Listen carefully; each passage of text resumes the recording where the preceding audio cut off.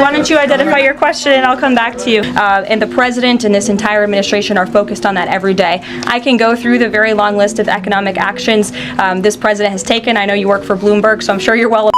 Some of those cabinet members were caught off guard by the email. Nobody was caught off guard. The president campaigned on reigniting the Trump economy and fixing the mess that was created by the previous administration. We know they created an economic and an inflation nightmare for the American people, and I'm not going to stand up here and lie to you like my predecessor. Musk has obviously been doing a lot of work. He's been working every day, and a lot of the time weekends. He is designated as a special government employee, which means that he can only work 130 days per year. Is the White House expecting him to limit his work to 130 days, or are you going to work around those rules? Do you want to see him extend beyond the 100? So today is February 25th, so I think we've been here about 35 days roughly. So ask me in another 100 days. That Democrats behaving like children would be the least surprising thing of the night. Karoline Leavitt just took the woke Dems to task, live on air. Karoline Leavitt just delivered a press briefing that left no room for doubt. She systematically dismantled the woke Dems one by one. But this time, she went all in, exposing their hypocrisy in real time. Right out of the gate, she tackled the tariffs debate, shutting down their arguments with cold, hard facts. She didn't just push back, she obliterated their weak talking points, leaving them scrambling for a response. The president mentioned a little disturbance during his remarks yesterday. The CEO of Target says that consumers will likely see prices go up on everything from strawberries to bananas to avocados. How long should Americans expect to pay higher prices? Are we talking a week, a couple of days, a few months? Again, I don't have a crystal ball, but what I can assure the American people is that this president and this administration is doing everything they can. And I would remind you and everybody else in this room that it's because of the previous administration's economic policies that Americans were left with record high inflation. Inflation throughout Joe Biden's entire 48 months in office was at or above 3%. It hit record highs, as you know. And there's a whole list of what the Biden economic disaster this president was left to clean up. It's been a month, but he's working hard every single day to do just that. Follow up on the carve-out. Sorry to cut you off there. The U.S. imported $43 million worth of eggs from Canada. I know you mentioned some of the exemptions when it comes to automakers. Will there be any other carve-outs, including for eggs? We know prices are soaring for Americans. Have you ever noticed how some reporters come in looking like they're on a mission? Laser-focused, almost. Aggressive, especially when questioning Karoline Leavitt. It's like they're determined to take her down. And, of course, their questions always seem slanted to uplift the left while trying to put the right on the defensive. But just wait until you see Karoline's response. She doesn't just answer, she flips the script and shuts down the bias. With confidence. Is open to hearing about additional exemptions. He always has open dialogue, and he'll always do, what's right, what he believes is right for the American people. But again, as for the egg crisis in this country, the president is wholeheartedly committed to ensuring we're increasing our egg supply, and we're also bringing down cost. And Secretary Rollins has been all over this issue. She comes from an agricultural background and family. That's why she's leading that very important department. She wrote an amazing op-ed in the Wall Street Journal. She's been all over the media talking about her plan. She has a real plan. The president endorses it. And he even, gave her an off-the-prompter shout-out last night to say, Brooke, I'm counting on you. It's an important issue. And this White House is working with Secretary of Agriculture every single day. How does Karoline always manage to deliver the perfect response, shutting down critics with ease? It's honestly impressive. And if you remember this clip, you'll see exactly why Democrats often shift the focus to distractions, like egg prices, rather than addressing the real issues at hand. Very disappointing. So you didn't stand up for anything? The president got before the American people, didn't talk about how he could drive down grocery prices. It's always the same story. They act like rising prices are the only thing that matters. But let's be real, is anyone actually stressing over egg prices right now? Yet it's not just one senator pushing this narrative. Another reporter just had to jump in and bring up the same tired issue all over again. One, the president campaigned on reigniting the Trump economy and fixing the mess that was created by the previous administration. We know they created an economic and an inflation nightmare for the American people, and I'm not going to stand up here and lie to you like my predecessor did about the state of our economy. We understand there are people that are hurting, and this administration is wholeheartedly committed to ensuring that those individuals see relief and price reductions and tax cuts and in less regulation that are burdensome on their household and their businesses, and the president and this entire administration are focused on that every day. I can go through the very long list of economic actions this president has taken. I know you work for Bloomberg, so I'm sure you're well aware of them, but I can assure the American people that the president is very much focused on bringing down the cost of living crisis in this country that was created by the previous administration. This is how you completely turn the tables, using their own words against them. And that's exactly why I admire Karoline Leavitt. She speaks with confidence, knowing these reporters aren't asking real questions to help people, they're just looking for ways to stir up controversy. But Karoline doesn't just sit back and take it. She fires back, shuts them down, and exposes the bias, just like she did in this moment. Hearing from the president and his cabinet, where they're on campus tomorrow, I hope you guys are excited. Since some of those cabinet members were caught off guard by the email Nobody from was caught Saturday, off guard.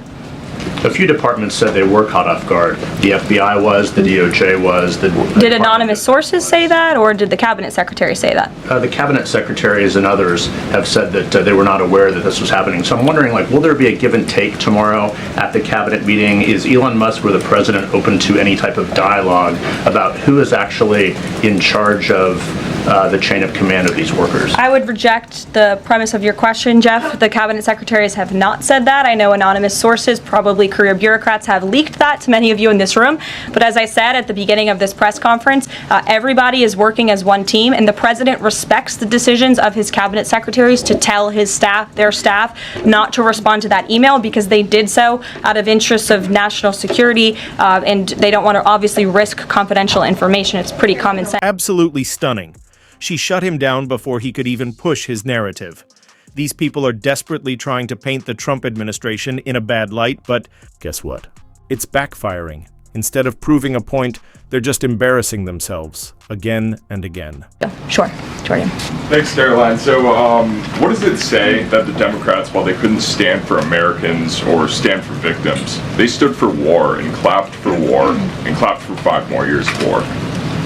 Yeah, the president addressed that last night, I think, when he called out Senator Elizabeth Warren and said that, again, as I said in my opening speech, very telling that the Democrats refused to clap for American people and American interests and American priorities, but they did clap for the country of Ukraine, which, by the way, the president's working very hard to end that war. So Democrats should be applauding him for actually doing something about it. This is common sense in action, and if you noticed how the woke crowd sat there, refusing to acknowledge a single thing Trump has done for America, the message couldn't be clearer.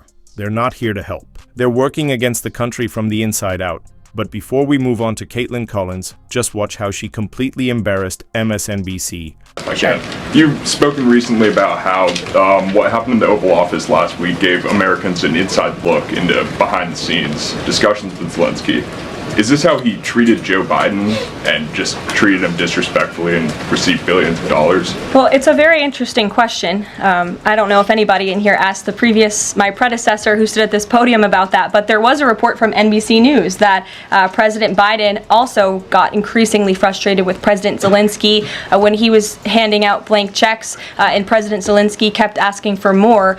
Joe Biden was quite frustrated with that. So again, as I've said repeatedly, Friday revealed the frustrations that this administration has had in closed-door negotiations with the Ukrainians. However, President Zelensky did put out a statement yesterday, which we believe is a positive step forward, and National Security Advisor Mike Waltz has been talking to his Ukrainian counterparts, and so we're in the midst of this. And that's just perfect, because these woke voices refuse to admit how badly they failed over the past 4 years, and as Karoline Leavitt pointed out, none of them ever asked real questions like this before. But even when they did, no one back then had the courage to answer them honestly. And now, look who just showed up. Caitlin Collins. Questions. One on the reprieve that is being granted to these 3 automakers for 1 month on the tariffs on Canada and Mexico. How did the president settle on 1 month? The reciprocal tariffs will go into effect on April 2nd, and he feels strongly about that no matter what, no exemption, so that's where the 1 month comes from. Does he expect them to be able to shift production within a month? He told them that they should get on it, start investing, start moving, shift production here to the United States of America, where they will pay no tariff. That's the ultimate goal.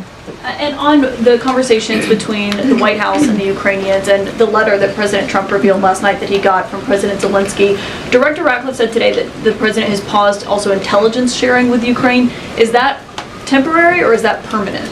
I believe what the National Security Council told me in regards to that was that they paused or they are reconsidering the funding for Ukraine, as you saw, the pause on the funding. As for intelligence matters, I would refer you to either the National Security Council or the CIA as well. But they're considering lifting or reinstating the military aid going to Ukraine, which they paused. Again, it's a pause for a review.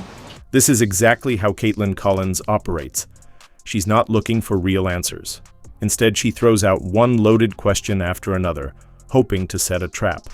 But this time, with Karoline Leavitt, things aren't going as she planned. It's unclear why Collins never acknowledges a real answer or admits when she's wrong, but when it comes to Trump, he doesn't play along. He shuts it down with straight facts, every time. Minerals are in the east of Ukraine, not far from the front lines and in areas that Russia has occupied. Will you direct President Putin to withdraw his forces from those areas if there's U.S. interest there? Well, we'll take a look at the time. We have a lot of area. It's a very big area we're talking about, so we'll take a look. I'll study that and I'll see. And who would protect those minerals if they are U.S. interests? Would that be Ukrainian They'll forces, be European forces? The agreement forces? will protect them. U.S. The forces? Agreement, yeah, we're signing an agreement. You know? Right, but what if Russia tries to invade or there's Russian aggression in those spots? What would I you do just told then? you I don't think that's going to happen. And if that were going to happen, I wouldn't make a deal. If I thought that was going to happen, I wouldn't make a deal. Some people may wonder why They ought to focus on CNN on survival, not asking me these ridiculous questions. Why you have confidence that Putin won't violate Focus a on deal? surviving, because CNN's got such low ratings. I don't think they're going to survive. People will ask why you have confidence Putin won't violate the deal. CNN and MSNBC might want to start worrying about their ratings because, at this rate, things are headed for disaster. Honestly, just watching these clips is enough to see the massive decline unfolding right before our eyes.